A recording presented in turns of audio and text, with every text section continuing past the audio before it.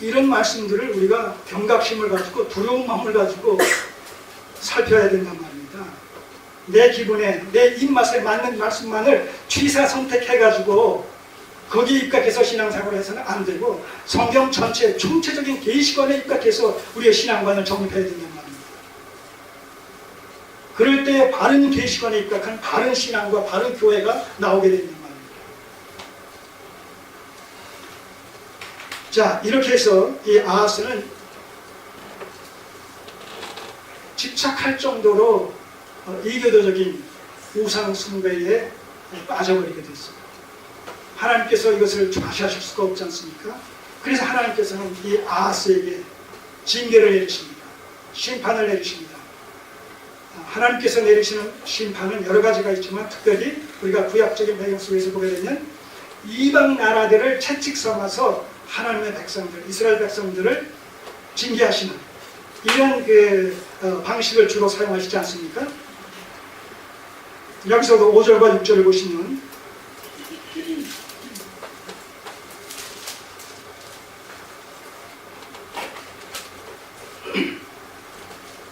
그 4절에서 산담과 작은 산위와 모든 푸른 나무 아래에서 제사를 드리며 분양한지라. 자, 이렇게 이제 우상 숭배의 내용을 설명하신 후에 5절에서 그러므로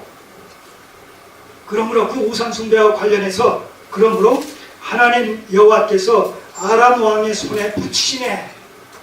이 붙이시네가 뭐예요? 하나님께서 주권적으로 아람으로 하여금 이스라엘 백성들을 남유다를 아하스를 공격하게 하셨다는 얘기죠. 전쟁의 방식으로 우상 숭배에 빠진 아하스를 징계하시고 심판하신다, 그런 의미입니다. 근데 이때 아람 왕뿐만 아니라 북이스라엘과 함께 더불어서 아람이 북이스라엘과 동맹을 맺어서 그 동맹군으로 하여금 아하스를 남유다를 침략하게 그렇게 하나님께서 역사하셨다는 거예요. 그래서 5절에서는 아람의 얘기가 나오고 그 다음에 이어서 아람 왕의 손에 붙이심에 저희가 쳐서 심히 많은 무리를 사로잡아 가지고 다메섹으로 갔으며 그 다음에 또 이스라엘 왕의 손에 붙이심에 저가 쳐서 크게 사륙하였으니 이는 그 열조의 하나님 여호와를 버렸습니다. 여기서 우리는 역사의 주관자가 되시는 하나님을 보게 됩니다. 여러분, 구약의 역사를 보게 되면 구약의 역사의 그 중심에 누가 있습니까? 구약의 역사 중심에 이스라엘이 있습니다. 하나님의 백성 이스라엘이 있습니다. 그리고 그 구약의 역사 속에 소위 이방 나라들은 그 이스라엘 백성들과 관련성을 맺으면서 그 주위에 포진하고 있어요. 이스라엘 백성들과 이스라엘과 이 다른 나라들과의 관계가 어떠냐라고 했을 때 이스라엘 백성들이 하나님을 섬기게 되면 그 열왕들과 이방 나라들과의 관계가 원만한 상태에 있지만 이스라엘 백성이 하나님 앞에 범죄하게 되면 하나님께서는 이방 나라들을 하나의 채찍으로 삼으셔서 이스라엘을 징계하십니다. 자, 이것을 보면서 우리는 역사의 주관자가 하나님이신 사실을 아주 극명하게 보게 되죠. 역사의 주관자가 되신 하나님, 하나님께서는 역사 속에서 일하신다는 거예요. 역사 속에서 일하신다. 하나님께서는 역사를 방탄 삼아 하나님의 구속사를 전개시켜 나가신다는 거예요. 자, 이것을 신약 시대로 확대해서 적용시키게 되면 이 시대의 역사의 중심은 누가 있어요? 누가 있겠어요? 교회가 있단 말입니다. 교회가.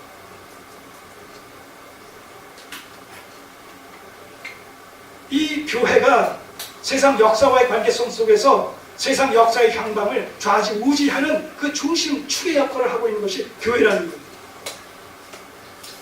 그래서 역대하 7장 13절 이하를 보게 되면 내가 혹 하늘을 닫고 비를 내리지 아니하거나 내가 혹 메뚜기를 토산을 먹게 하거나 내가 혹 연병으로 내 백성 가운데 유행하게 할 때에 이게 뭐예요?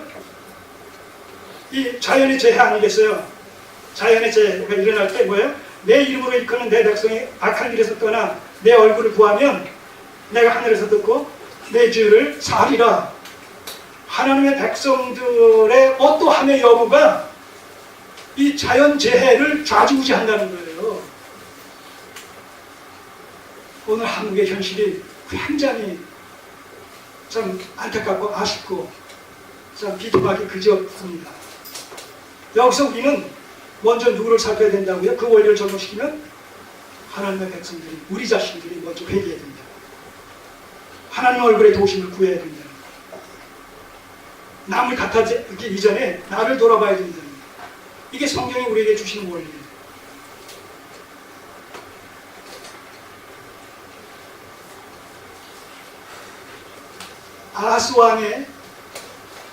아하스 왕의 우상숭배라는 이 불경죄의 대가로 하나님께서는 아람과 북이스라엘의 동맹군을 보내서 남유다를 유린합니다. 유린하게 하십니다. 수많은 사람들이 사륙당하고 포로로 잡혀갑니다.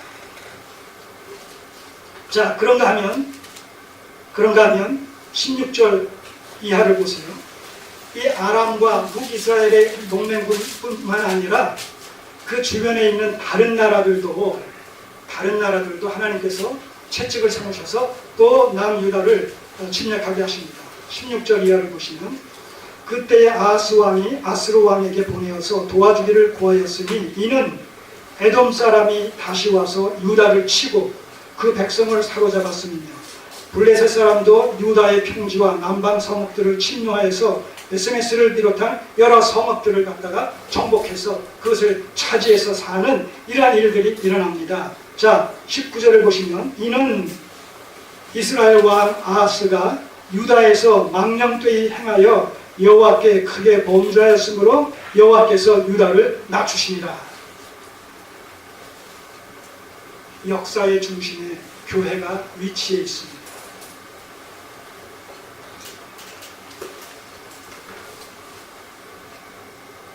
우리가 성경적인 역사관과 가치관과 계시관에 입각해서 우리는 현실을 직시할 필요가 있습니다. 하나님께서 세상 역사를 방편삼아 하나님의 구속사를 운행해 가시는데 그 중심에 우리들이 있다는 겁니다.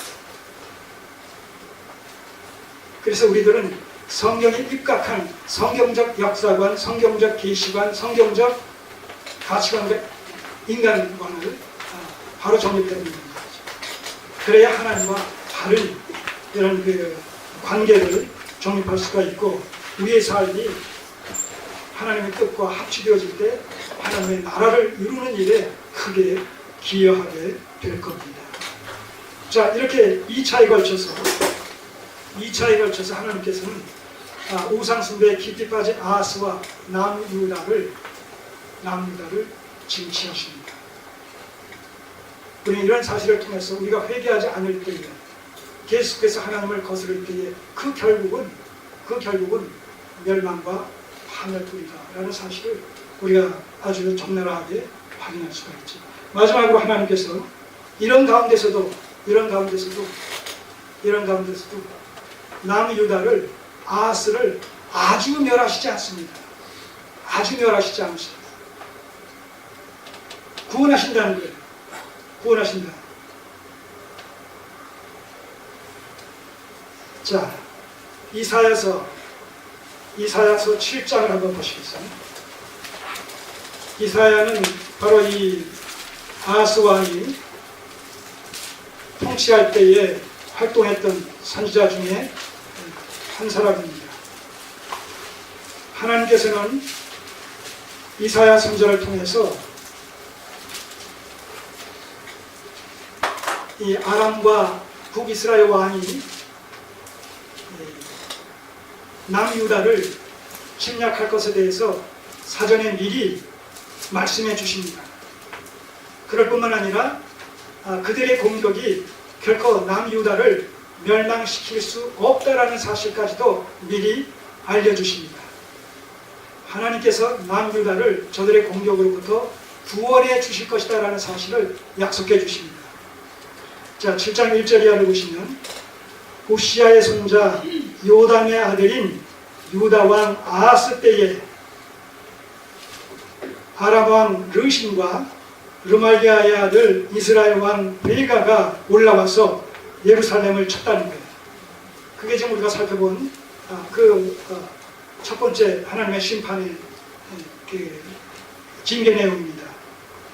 자, 3절 보시면 그때 여호와께서 이사야에게 이르시되 너와 내 아들 스알야습은 윗못 수도 끝 세탁자의 밭 큰 길에서 나가서 아스를 만나 그에게 이르기를 너는 삼가며 조용하라. 아람 왕 르신과 르말리아의 아들이 심히 노할지라도 연기나는 두 부직갱이 그루터기에 불과하니 두려워 말라. 낙심치 말라. 자, 하나님의 징계는 본질상 사랑의 징계죠. 사랑의 매요. 사랑하는 아들마다 하나님께서 징계하시고 채찍질 하신다고 그랬어요. 심지어는 징계가 없으면, 채찍이 없으면 사생하라고 얘기하고 있습니다. 그래서 하나님의 징계는 회개케 해서 다시 구원하시려는 그런 긍정적인 의도에서 징계하신다는 것이죠. 자, 이런 내용들이, 그런 사상들이 여기에 충분히 담겨 있습니다. 자, 그런데 보세요. 아주 중요한 얘기가 그 다음에 나오는데, 5절 이하에서 이 아람과 북이스라엘이 동맹을 해서 왜 이 남유다를 침략하려고 하는가 하면 표면적으로 이면적으로 하나님의 징계의 방편이지만 표면적으로는 왜 저를 침략하느냐라고 했을 때 5절 이하를 보세요. 아람과 에브라임 왕과 르말리아의 아들이 악한 꾀로 너를 대적하여 이르기를 우리가 올라가 유다를 쳐서 그것을 고원하게 하고 우리를 위하여 그것을 파하고 다부엘의 아들을 그 중에 세워 왕을 삼자. 이게 굉장히 중요한 일입니다. 아람과 북이스라엘이 동맹을 했어요. 왜 동맹을 했느냐 하면 아수르를 대적하기 위해서요. 그 시대에 아수르가 막강한 이런 세력을 구축하면서 그 시대의 지배자로서 그렇게 그 세력을 확장시켜 나아가는 그런 가운데 있는데 그 아수르에 대적해서 이 아람과 북이스라엘이 연대해서 아수르를 공격하고자 하는 그런 의도에서 남유다 아스까지도 우리의 이 연대에 같이 참여해가지고 반아수르 정책을 펼쳐나가자라고 했는데 남유다는 반아수르가 아니라 친아수르 정책을 쓴다고 합니다. 그러니까 이 아람과 북이스라엘이 동맹해가지고 남유다를 침공해서 아스를 폐위시키고 자기 입에 맞는 같이 반아수르 연대 정책을 펼 수 있는 왕을 세우려는 그런 의도를 가지고 지금 이 남유다 아스를 공격하고 있다. 이렇게 지금 여기서 이사야서는 기록하고 있다는 것이죠. 근데 결과는 어떻게 됐어요? 다부엘의 아들을 그 중에서 세워서 왕을 삼자 하였으나 7절 주 여호와의 말씀에 이 도모가 서지 못하며 이루지 못하리라. 하나님께서 그것을 허락지 않으시겠다는 거죠. 왜 허락지 않으실까요?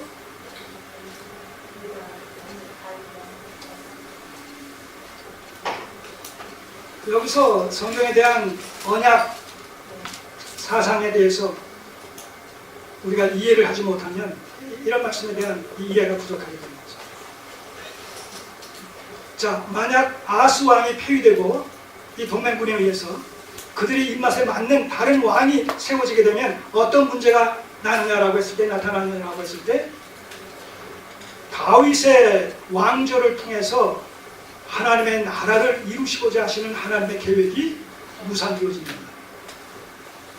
다윗의 왕조를 통해서 메시아의 계보가 이어져 나아가야 돼서 마침내 메시아가 오셔야 되는데